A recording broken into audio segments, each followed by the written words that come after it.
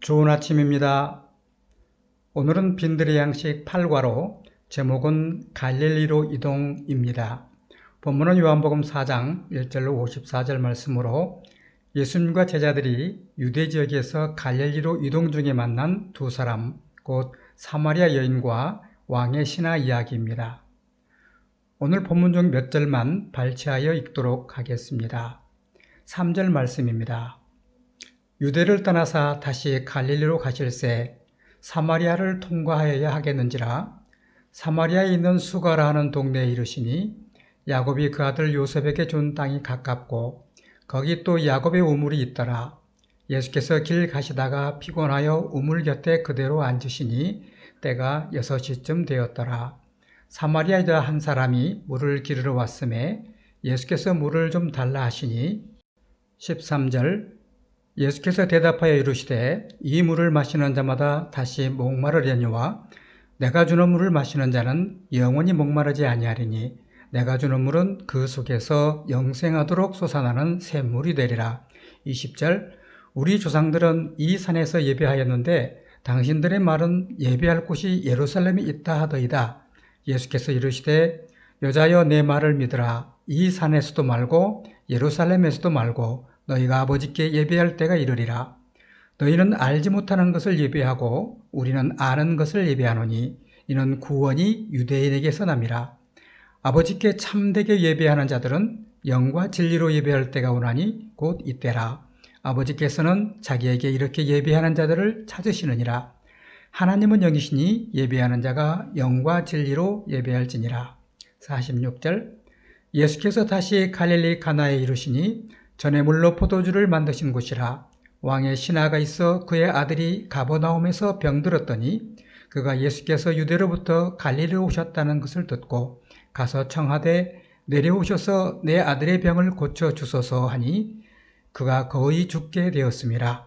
50절 예수께서 이르시되 가라 내 아들이 살아있다 하시니 그 사람이 예수께서 하신 말씀을 믿고 가더니 내려가는 길에서 그 종들이 오다가 만나서 아이가 살아있다 하거늘 그 낫기 시작한 때를 물은즉 어제 7시에 열기가 떨어졌나이다 하는지라.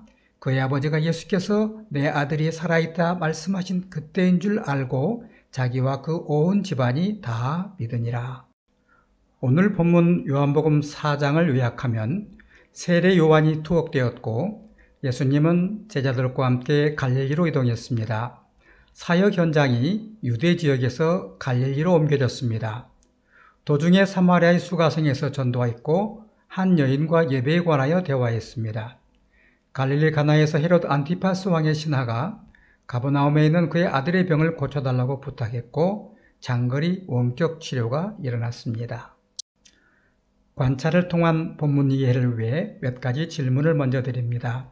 첫 번째 질문입니다. 유대에서 사역하던 예수님이 갈릴리로 이동하게 된 계기는 무엇이었습니까? 마태복음 4장 12절 세례 요한과 관련한 말씀을 참고하시기 바랍니다. 두 번째 질문, 사마리아 사람들은 어떤 사람들이며 유대 사람들과 사이가 나쁜 역사적 배경은 무엇입니까? 또 예수님이 굳이 사마리아 지역을 거쳐서 갈릴리로 이동한 의도는 무엇이었을까요? 예수님의 사마리아 전도가 이방인 선교의 다리가 되었음을 주목해 보시기 바랍니다. 세 번째 질문, 예수님이 사마리아 수가성에서 한 여인에게 전도할 때 무엇을 접촉점으로 사용했습니까? 그 여인은 기쁨으로 동네 사람들에게 예수 만난 이야기를 어떻게 전했습니까? 예수님은 그 여인을 우물가에서 만났고 그녀는 메시아 만난 경험 간증으로 전도했지요. 네 번째 질문, 사마리아 여인이 영생의 샘물 주제의 대화 중에 예배에 관하여 질문한 이유는 무엇일까요? 사마리아 여인은 영생의 샘물, 곧 주님의 은혜를 예배와 연관된 것으로 인식한 듯합니다.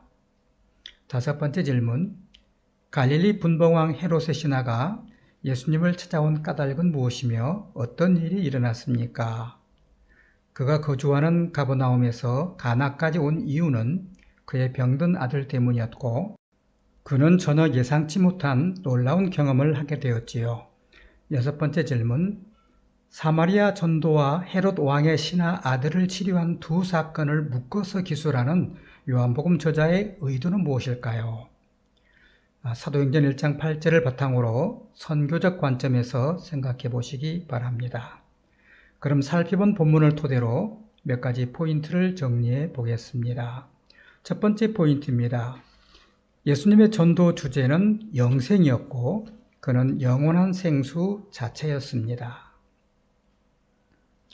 니고데모에 이어 사마리아 수가성 여인 전도의 주제는 영생이었습니다. 수가성 여인은 채워지지 않는 내적 갈증이 있었고 사람들과 관계의 단절 속에 살고 있었습니다. 그녀의 삶은 주님의 생명 안에 살고 있지 않는 인류의 결핍과 고립의 한 단면입니다.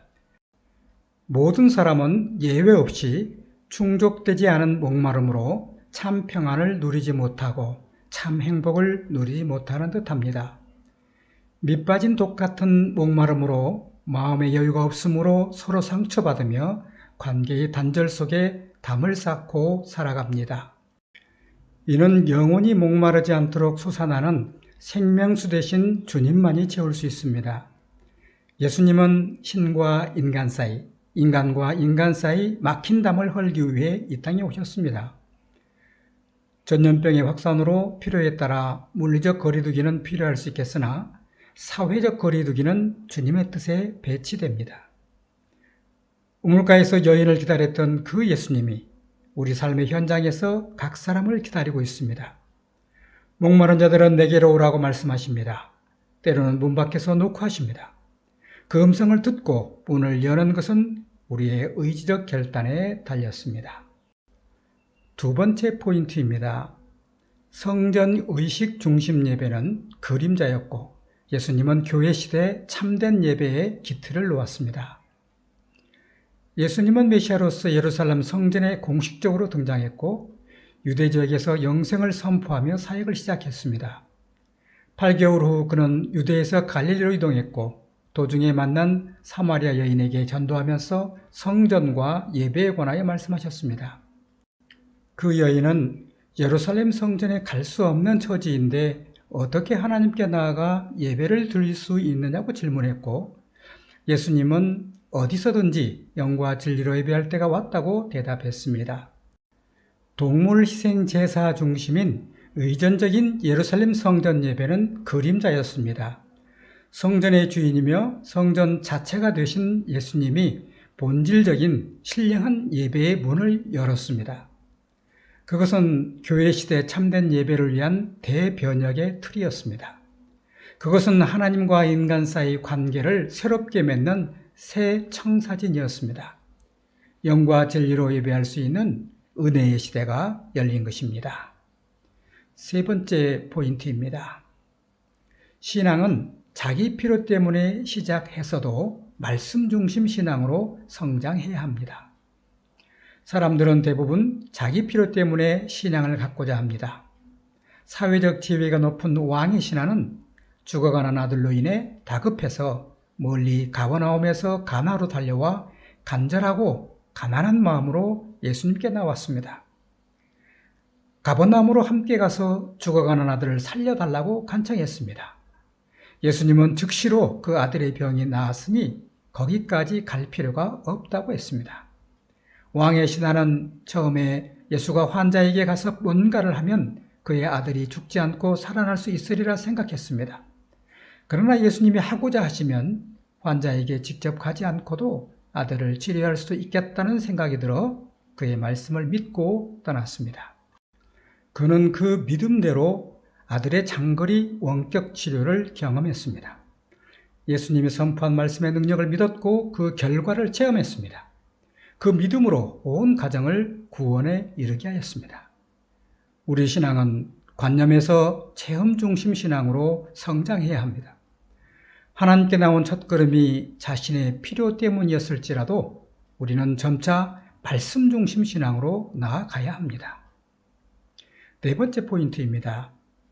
예수님의 구원 사역은 사마리아를 넘어 이방인과 온 세상을 지향했습니다. 하나님의 구원 역사가 구약 성경에서는 이스라엘 역사 안에서 샘플로 나타났고 신약에 와서 비닐하우스에서 키운 어린 식물을 밭에 모종하듯 인류를 향하여 펼쳐졌습니다. 이스라엘 하나님은 본래 온 인류의 창조주 하나님이셨습니다. 창조주는 타락한 인류에게 선악과와 희생제사법을 통한 구원의 모형을 계시했고, 이스라엘에게 십계명과 성막, 곧 율법과 은혜의 구원도식 모형을 계시했습니다. 예수님은 구약의 모형을 벗기고 실체로서 온 땅에 하나님 나라를 세웠습니다. 이스라엘 신앙 공동체에서 제외된 사마리아에 하늘나라를 전했고, 헤롯 왕의 신하인 이방인에게 복음을 확장했습니다. 그 길을 따라 후에 빌립이 사마리아에, 바울이 이방인에게 본격적으로 하나님 나라 복음을 전파했습니다. 본래 하나님이 계획한 구원 경륜은 온 인류를 위한 것이었습니다. 하나님의 구원은 이스라엘에 멈추지 않고 열방의 이방인을 향한 방향성을 가지고 있습니다. 은혜의 복음이 오늘 나와 신자들에게서 멈추고 끝나버려서는 안 됩니다. 교회 밖의 사람들에게 흘러가고자 하는 영적 생명의 내적 흐름에 우리는 지금 너무 무감각해져 버린 것은 아닐까요? 어쩌면 지독하게 안일함을 추구하는 자아가 그것을 무의식적으로 눌러버렸을 수도 있습니다. 주님, 곤고하고 연약한 자들에게 자비를 베풀어 주옵소서. 안일하고 자기중심의 딱딱한 껍질 같은 신앙을 회개하고 성령의 내적 역사하심에 순응하는 믿음을 갖게 하여 주옵소서. 아멘.